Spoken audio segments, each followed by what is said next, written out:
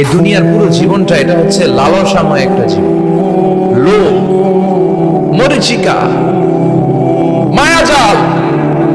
এই মায়াজালে আমরা আটকে আছি, ফলে মৃত্যুর কথা আমরা ভুলে গিয়েছি। পাগলের মতো ছুটছি, আরো টাকা লাগবে, আরো খ্যাতি লাগবে, আরো যশ লাগবে, আরো দাপট লাগবে। আমার এত টাকা দিয়ে কি হবে? এত সম্পদ দিয়ে কি হবে?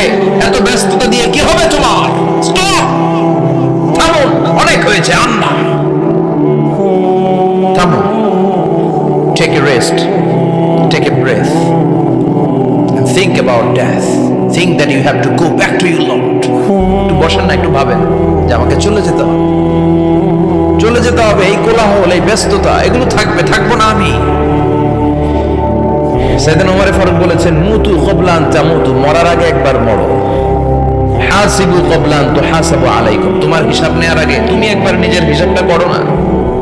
কাগজ বের করে একটু লিখো না, কি কি ভালো কাজ করছিলা, যেগুলো দিয়ে নাজাতের ওসিলা হতে পারে। 1 2 3, আর কি কি আকাম কুকাম করছো দেখো না, লিখে দেখো তোমার অবস্থাটা কি। মরার আগে একবার মরো।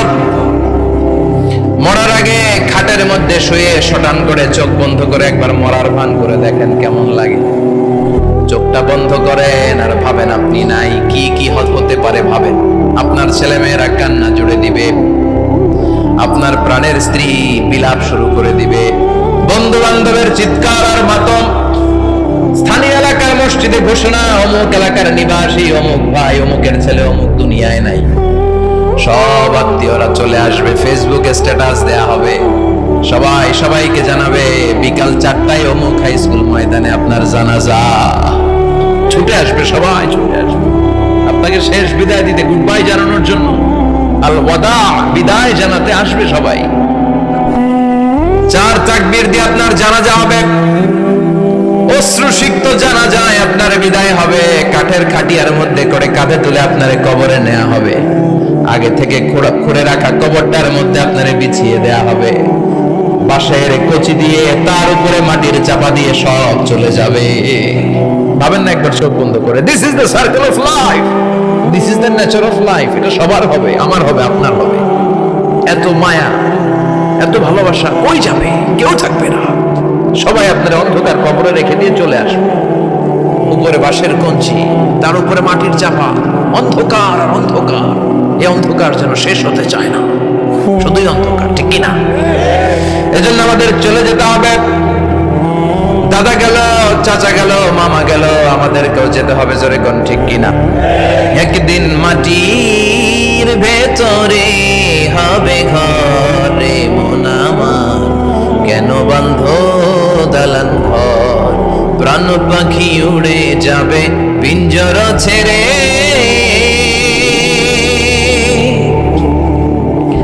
ধরা ধামে সবই রবে, তুমি যাবে চলে। বন্ধু বান্ধব যত, মাতা পিতা ধারা সুত, সবই হবে তোমার পরে। মন আমার কেন বান্ধ দালান ঘর, একদিন মাটির ভেতরে হবে ঘরে। মন আমার কেন বান্ধ দালান ঘর, ঠিক কিনা? সব করে থাকবে, চলে যেতে হবে আমাদেরকে।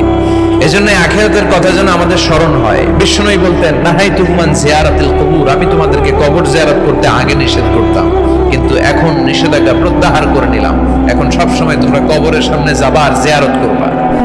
কবরস্থানে জানতো, বড়ুয়া কৃষ্ণপুরের এই গ্রামের কবরস্থান আছে কোন দিকে? পূর্ব দিকে আছে, গোখরার জলের ওদিকে। যান আপনারা, একটু যাবেন, একটু গেলে আখিরাতের কথাটা স্মরণ হবে। ওখানে ছোট শিশুরা শুয়ে আছে, কিশোর যুবকরা আছে, আপনার মতো তাগড়া যুবক, মুরব্বীরা আছে। এরা এই এলাকায় থাকতো, এরা আকাশ থেকে নেমে আসেন, এই এলাকার সন্তান আজ নাই। একটা সার্টেন পিরিয়ড শেষে আপনিও থাকবেন না। This is the nature of life, this is the circle of life. ছোট্ট শিশু হয়ে এসেছিলেন, শৈশব, কৈশোর, যৌবন, প্রৌঢ়ত্ব। আগে ছিলেন সিঙ্গেল, বিয়ে করে হয়ে গেলেন ডবল। এরপরে আল্লাহ আপনাকে একটা মেয়ে দিল, এরপরে মেয়েকে বিয়ে দিয়ে শ্বশুর হলেন, এরপরে ওই মেয়ের ঘরে সন্তান হতে নানা হলেন। আর কতদিন? অনেক দিন হলো তো, অনেক লম্বা সময় পেয়েছেন আপনি। Think about death. এবার যাওয়ার কথা ভাবেন। আখিরাতের সামানের কথা ভাবেন, ফিরে যেতে হবে। কি শক্তিশালী যুবক, বার্ধক্য চলে আসলে লাঠি ছাড়া চলতে পারে না। কুচকুচে কালো দাড়ি সাদা হয়ে যায়, দাড়ির শুভ্রতা, বয়সের ভার, রং ধরা যৌবন জং ধরে শেষ, ঠিক কিনা? This is the circle of life.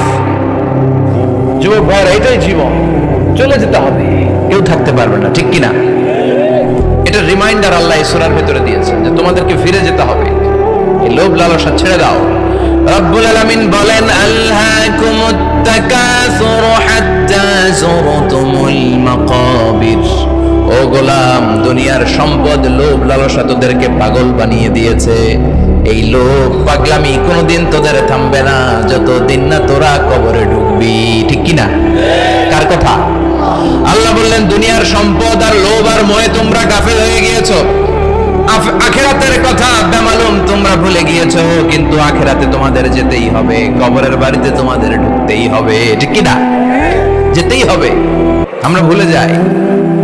আলহাকুমুত তাকাসুর, অতিরিক্ত পাওয়ার লোভ, বেশি বেশি খাওয়ার লোভ, বেশি বেশি জমানোর লোভ মানুষকে গাফেল বানিয়ে দিয়েছে। এটা মানুষের স্বভাব, আরো চাই আরো চাই, এই স্বভাবটা আছে না নাই? দেখবেন ছোট বাচ্চারা মসজিদের দোয়া অনুষ্ঠান শেষে জিলাপি দেয় না?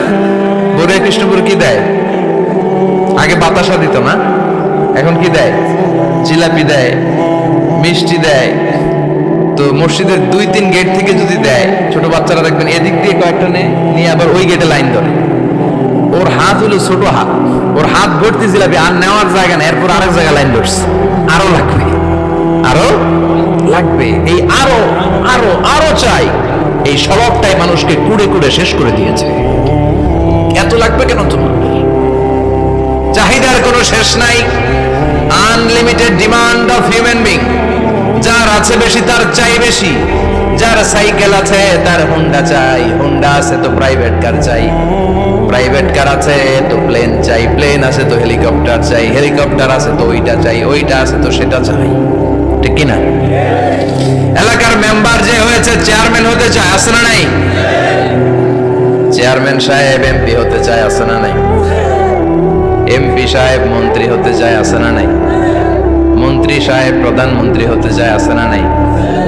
কিন্তু এই দেশে সুযোগ নাই। কথা কন, এই দেশে প্রধানমন্ত্রী সিলেক্টেড, 2-3 জনের বাইরে কেউ প্রধানমন্ত্রী হতে পারবি না, ঠিক কিনা? আমার এই জীবনে তো আমি 2-3 জনকেই দেখলাম। বেগম খালেদা জিয়া, মাননীয় প্রধানমন্ত্রী শেখ হাসিনার ছোট্টবেলা দেখেছি এরশাদকে, আমরা তখন ছোট। তো মানুষের চাহিদার কোনো শেষ নাই, যার আছে বেশি তার চাই বেশি। এজন্য বিষ্ণু বলেছেন, উনজুরু ইলা মান হুয়া আসফালা মিন, তোমার চেয়ে যে খারাপ আছে ওর দিকে তাকাও। ওয়ালা তানজুর মান হুয়া আ'লা মিন, তোমার চেয়ে যে ভালো আছে ওর দিকে তাকাও না, তোমার চেয়ে যে খারাপ অবস্থানে আছে ওর দিকে তাকাও।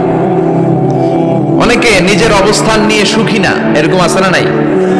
আল্লাহ আমার এটা দিল না রে, ওইটা দিল না রে, পাইলাম না রে, কিচ্ছু হয় না, কি করবো জীবনে, হতাশ। আসলে আছে কিন্তু অনেক, কিন্তু শুকরিয়া নাই, ডাকাত, ঠিক কিনা? নিজের অবস্থান নিয়ে সুখী না, কিন্তু অনেক লোক আছে তারা আপনার অবস্থানে পৌঁছতে চায়। তাদের দিকে তাকিয়ে দেখেন, আপনি যে অবস্থানে আছেন এই অবস্থানে পৌঁছাটা অনেকের কাছে স্বপ্ন।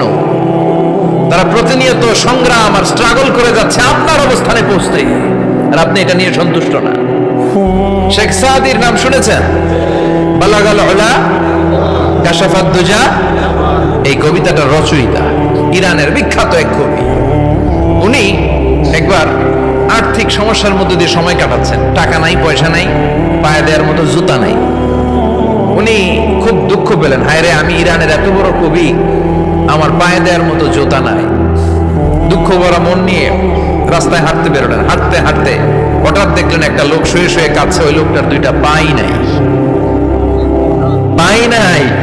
উনি সেজদায় পড়ে গেলেন, আল্লাহর কাছে ক্ষমা চাইলেন, আল্লাহ অনেক দিয়েছো, শুকর আলহামদুলিল্লাহ। এজন্য যেই পরিস্থিতিতেই থাকি না কেন আমরা কি পড়বো? জোরে বলেন, কি পড়বো? এজন্য কানাতু মিনাল ইসলাম, অল্পে তুষ্ট থাকার নাম হলো ইসলাম। সম্পদ লাগবে কিন্তু সম্পদের পাহাড় লাগবে না, ঠিক কিনা? অল্প খান, অল্প পড়েন, অল্প জামান, অল্পের ভেতরে বরকত ঢুকাইয়া দিছে কে? দেখবেন যাদের সম্পদ অল্প তারা সুখী বেশি। জরিপে এটা দেখা গিয়েছে, অনেক সার্ভেতে এটা এসেছে, যারা সম্পদশালী এরা দুঃখী বেশি। এদের দুঃখ বেশি, টেনশন বেশি, খুব স্বাভাবিক। টাকা যার বেশি, রোগ তার বেশি। টাকা যার বেশি, টেনশন তার বেশি। টাকা যার বেশি, ঘরে শান্তি তার কম। আছে না নাই? ঘরের ভিতরে অশান্তি, ছেলে কথা শোনে না, ছেলে টানে গাঞ্জা, মেয়ে করে পরকিয়া। আছে না নাই? স্ত্রী কথা শোনে না, ভালোবাসা নাই, ঘরটা জাহান্নামের টুকরা। রোগ বালাই, এক একটা হসপিটাল বিল পরিশোধ করতে মাসে 5 লাখ 10 লাখ। আছে না নাই? কিছু খেতে পারে না, ডাক্তার একেবারে ডায়েট মেনু বেঁধে দিয়েছে। Diet, very diet menu. এটা এটা এটা এটা কিছুই খাবেন না, শুধু গরু খাবেন না, খাসি খাবেন না, চিংড়ি খাবেন না, খালি ঘাস খাবেন। ইচ্ছে মতো ঘাস খাবেন, মানে ঘাস জাতীয় যত আইটেম আছে সব খাবেন। শাক খাবেন, সবজি খাবেন, সালাদ খাবেন। গরু, চিংড়ি, মুরগি, গোশত, ইলিশ কিছু খেতে পারে না। তাহলে রোগ বেশি, খাওয়ার মজা নাই, ঘরে সাংসারিক শান্তি নাই, খালি ব্যারাম আর ব্যারাম। ঠিক কিনা? কিন্তু সম্পদের পাহাড় ঘটেছে। আর অল্প যারা খায়, অল্প পড়ে, রিক্সাওয়ালা, কুলিওয়ালা, অল্প বেতনের চাকরি, কিন্তু হক হালালি মেনে চলে, দেখবেন শান্তি আছে অনেক। হ্যাঁ, বাসা ভাড়া দেয়, ফ্যামিলি চালায়, বাচ্চাদের স্কুল বিল, এরপরও মাস শেষে 1-2 হাজার টাকা হাতে থেকে যায়। আর ওর প্রতি মাসে 10 কোটি টাকা ইনকাম, তারপরও ব্যাংকের ঋণ আছে না নাই? সুখ কারে বলে? কিভাবে আপনি সুখকে ডিফাইন করবেন? সুখ তো টাকায় কিনা যায় না। শান্তি টাকা দিয়ে হয় না, শান্তি দেওয়ার মালিক কে? শান্তি আছে অল্প খেয়ে শুকর করার মধ্যে, শান্তি আছে আলহামদুলিল্লাহর মধ্যে। চিল্লায় বলেন ঠিক কিনা? এজন্য অল্প খাবো, অল্প পড়বো, অল্প জামাবো, অল্পের ভেতরে বরকত দিয়েছে কে? দেখেন, ধনী ভাইরা খেতে পারে না, কিন্তু রিক্সাওয়ালার কি সমস্যা হয়? রিক্সাওয়ালারা সব খেতে পারে। কুলিওয়ালা, দিন মজুর, এরা একেবারে স্লিম, সুঠাম দেহি, মেদহীন পেট, পেটে কোনো মেদ নাই, ভুড়ি নাই। আর কোটিপতিদের মেদ আছে না নাই? এত বড় বড় পেট। ঠিক কিনা? আমাদেরও পেট আছে, তবে হালাল পেট। এটা হারাম টাকা দিয়ে এই ভুড়ি বানাই নাই আমরা। ছেলে বলেন ঠিক কিনা? রিক্সাওয়ালা, কুলিওয়ালা নিজেও নামাজ পড়ে, বউ নামাজ পড়ে, বাচ্চাটাও নামাজ পড়ে, রিক্সা চালায় আর জিকির করে লা ইলাহা